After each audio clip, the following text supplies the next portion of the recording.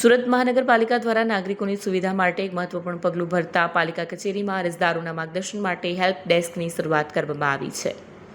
આ help desk પર થતી તમામ કામગીરીનું સીધું મોનિટરિંગ મનપા કમિશનર પોતે કરશે। પાલિકા કમિશનરના જણાવ્યા અનુસાર આ પહેલનો મુખ્ય હેતુ લોકોના વહીવટી કામોમાં ઝડપ લાવવા અને તેમને અધિકારી કર્મચારીઓના ખોટા ધક્કા ખાવા ન પડે તે સુનિશ્ચિત કરવાનું છે। હેલ્પ ડેસ્ક વિવિધ માધ્યમો દ્વારા લોકોની સમસ્યાઓનું તાત્કાલિક નિરાકરણ લાવવામાં સહાયરૂપ થશે। મનપા પ્રશાસને આ નિર્ણય વહીવટી પ્રક્રિયાને સરળ બનાવીને લોકોનો કિંમતી સમય બચાવવાના ઉદ્દેશ્ય સાથે લીધો છે। આ હેલ્પ ડેસ્ક નાગરિકોને માર્ગદર્શન આપવાની સાથે તેમની અરજીઓનો પ્રતિસાદ સમયસર મળે તે માટે પણ કામ કરશે। સુરત મહાનગરપાલિકા વિશિષ્ટ હેલ્પ ડેસ્કનું આજે શરૂઆત કરવામાં આવી છે।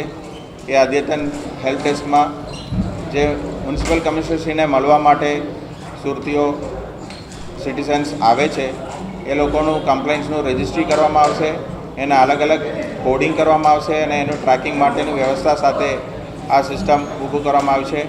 એની અંદર જે પણ રજૂઆતનું નિરાકરણ થાય એ સ્ટેટસ અપડેટ નાગરિકોને વોટ્સએપ અને SMS મારફતે મળશે અને વારંવાર એમને મ્યુનિસિપલ કમિશનરની કચેરીનો ધક્કો ના ખાવો પડે અને એકવાર રજૂઆત થાય તો એનું નિરાકરણ સુધીનું મોનિટરિંગ મ્યુનિસિપલ કમિશનર કક્ષાએથી થાય એના માટેનું આ વિઝિટર હેલ્પ ડેસ્કનું આયોજન કરવામાં આવ્યું છે।